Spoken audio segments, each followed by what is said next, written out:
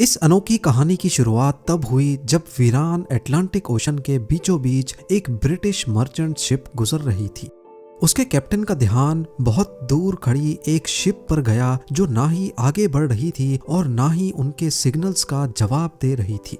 करीब जाने पर मालूम पड़ा कि ये शिप वीरान समंदर में अकेली सिर्फ लहरों के सहारे खड़ी थी। हैरत की बात तो ये थी कि शिप के अंदर क्रू का साजो सामान, खाना पीना और सारा कार्गो बिल्कुल सही सलामत मौजूद था। लेकिन अगर नहीं था तो क्रू मौजूद नहीं था, जो बिना किसी निशानात के यहाँ से गायब हो चुका था। ये है मैरी सेलेस्ट की वो दास्तान जिसने पिछले 150 सालों से हिस्टोरियंस को परेशान कर रखा है। वो राज जिसे समंदर के अलावा कोई नहीं जानता। ज़ेम-टीवी की वीडियोस में एक बार फिर से खुशामदीद। नाजरीन, इस शिप को 1861 में कनाडा में तैयार किया गया और उस वक्त उसका नाम अमेज़न रखा गया था। अपने शुरुआत के कई सफरों में ये छोटे मोटे हादसों का शिकार हुई थी। यही वजह है कि ये शिप हादसात के बारे में काफी मशहूर थी, लेकिन अभी तक इसने कोई बड़ा हादसा फेस नहीं किया था।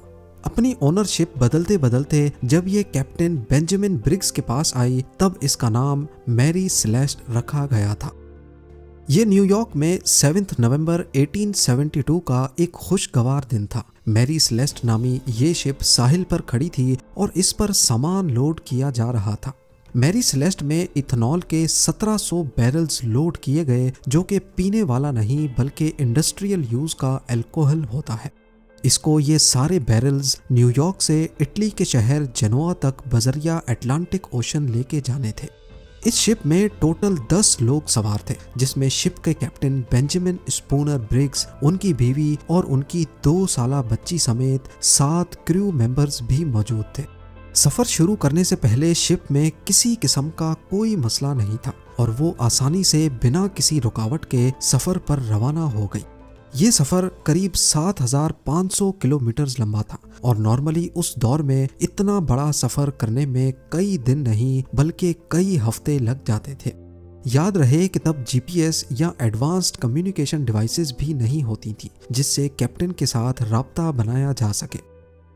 मैरी सेलेस्ट को न्यूयॉर्क से निकले 3 हफ्ते गुजर चुके थे और मामूल के मुताबिक कई हफ्तों के बाद अब उसकी जेनोआ के पोर्ट पर आमद का इंतजार बढ़ता जा रहा था। लेकिन इतने वक्त के बाद भी मैरी सेलेस्ट का कोई अता पता नहीं था। यहाँ तक कि मैरी सेलेस्ट के बाद न्यूयॉर्क से निकली दूसरी शिप्स अब जेनोआ तक पहुँचना शुरू हो गई। अब परेशानी बढ़ती जा रही थी कि आखिर मैरी सेलेस्ट इतने हफ्ते गुजर जाने के बाद भी मंजिल पर क्यों नहीं पहुंच पाई। मैरी सेलेस्ट के रवाना होने के 10 दिन बाद एक और ब्रिटिश शिप को भी न्यूयॉर्क से निकलकर इसी रूट से होते हुए जिब्राल्टर तक जाना था। ये डिग्राटिया नामी एक ब्रिटिश मर्चेंट शिप थी जो कई हफ्तों के बाद 4 दिसंबर 1872 को एजोर्स आइलैंड के करीब पहुंची थी। ये समंदर का वो हिस्सा है जहां नीले आसमान और समंदर के अलावा कुछ दिखाई नहीं देता। वहां शिप के कैप्टन को बहुत दूर समंदर में एक शिप खड़ी दिखाई दी। कैप्टन ने नोटिस किया कि वो शिप पानी पर आगे नहीं बढ़ रही बल्कि सिर्फ एक ही जगह पर खड़ी है। समंदर के इस हिस्से में ऐसा मंजर देखकर कैप्टन को शक हुआ और उन्होंने उसे दूर से ही कई सिग्नल्स भेजे, लेकिन जब आगे से कोई रिप्लाई नहीं आया तो कैप्टन ने उसके करीब जाने का फैसला किया। करीब पहुंचने पर मालूम पड़ा कि ये कोई और नहीं बल्कि कैप्टन के ही दोस्त की मैरी सेलेस्ट नामी शिप थी, जिसको न्यूयॉर्क से निकले अब पूरा 1 महीना गुजर चुका था। मैरी सेलेस्ट जिब्राल्टर से 1800 किलोमीटर दूर अटलांटिक ओशन में तन्हा खड़ी हुई दिखाई दी। उसमें किसी किस्म की कोई हरकत नहीं थी। डिग्राटिया के कैप्टन ने अपने क्रू मेंबर्स को मैरी सेलेस्ट में भेजा, जहां वो सब ये देखकर हैरान रह गए कि शिप पर कोई भी मौजूद नहीं है। 1 महीने पहले जो न्यूयॉर्क से 10 लोगों के साथ निकली थी, वो सारे लोग आखिर समंदर के बीचों बीच कहां गायब हो गए।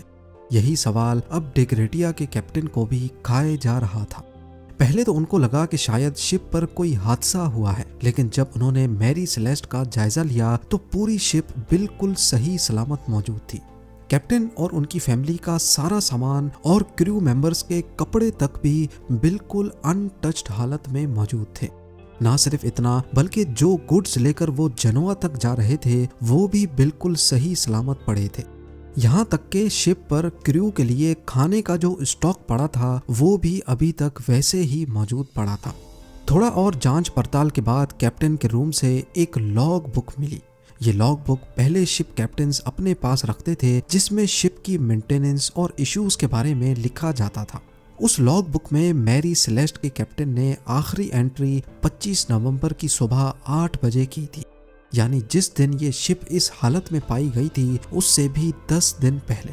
इसका मतलब था कि करीब 10 दिनों से ये शिप वीरान अटलांटिक ओशन में खड़ी थी। डे ग्रेटिया के कैप्टन ये सारा माजरा देख तो रहे थे, लेकिन उनको कुछ समझ नहीं आ रहा था। इतने में उनकी नज़र लाइफ बोट वाले सेक्शन पर पड़ी तो वहां उनको लाइफ बोट नजर नहीं आई। इसका सिर्फ एक ही मतलब हो सकता था कि जरूर शिप पर कुछ हुआ था और सब लोग अपनी जान बचाकर लाइफ बोट में कहीं भागे हैं। कैप्टन के केबिन में नेविगेशन के इंस्ट्रूमेंट्स भी मिसिंग थे और उनके बेड के नीचे एक तलवार अपने कवर में बंद पड़ी हुई पाई गई, जो इस बात की निशानी है कि शिप पर किसी किस्म का हमला नहीं हुआ, वरना तलवार अपने कवर से बाहर होती या फिर वहां मौजूद ही नहीं होती। लॉग बुक के अलावा दूसरे तमाम डॉक्यूमेंट्स भी वहीं मौजूद थे।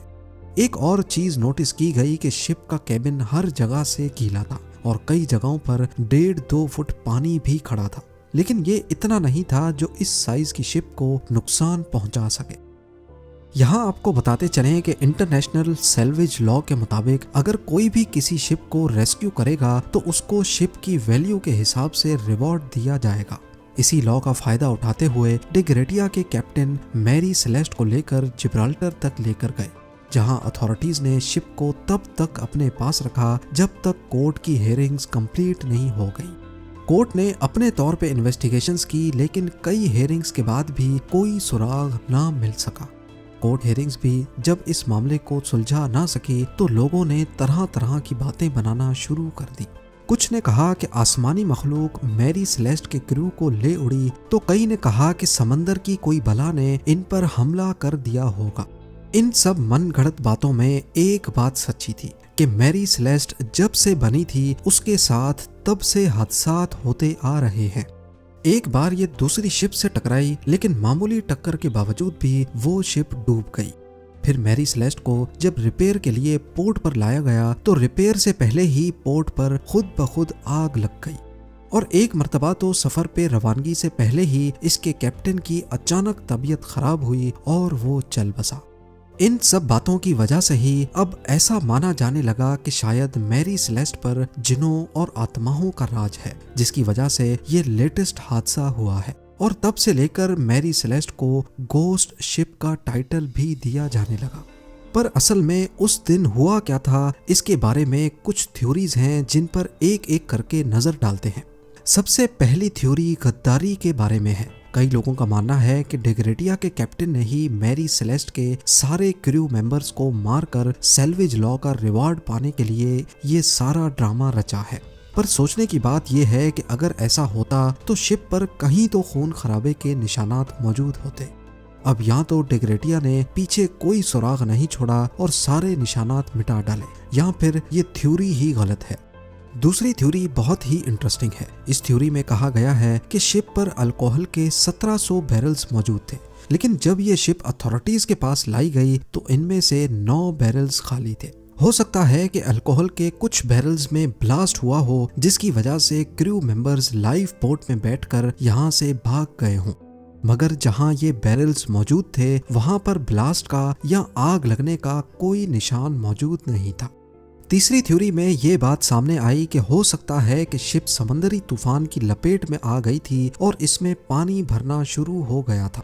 यही चीज देखते हुए कैप्टन ने शिप को एवैक्यूएट करने का फैसला किया और फिर वो सारे छोटी लाइफ बोट में बैठकर भाग गए हों।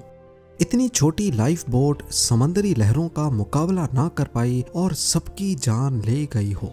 ये थ्योरी काफी हद तक दुरुस्त मालूम होती थी, मगर ये भी बस सिर्फ एक थ्योरी ही थी। थ्योरीज तो बहुत है, मगर कोई एक थ्योरी भी सबूतों के साथ प्रूव नहीं हो सकी। 150 साल से ज्यादा का अरसा गुजर जाने के बावजूद भी इस मिस्ट्री को आज तक सुलझाया नहीं जा सका। मैरी सेलेस्ट के साथ क्या हुआ था, किन हालात में कैप्टन ने शिप को छोड़ा और फिर वो सब कहाँ चले गए, ये राज भी शायद कैप्टन बेंजामिन ब्रिग्स के साथ ही चला गया।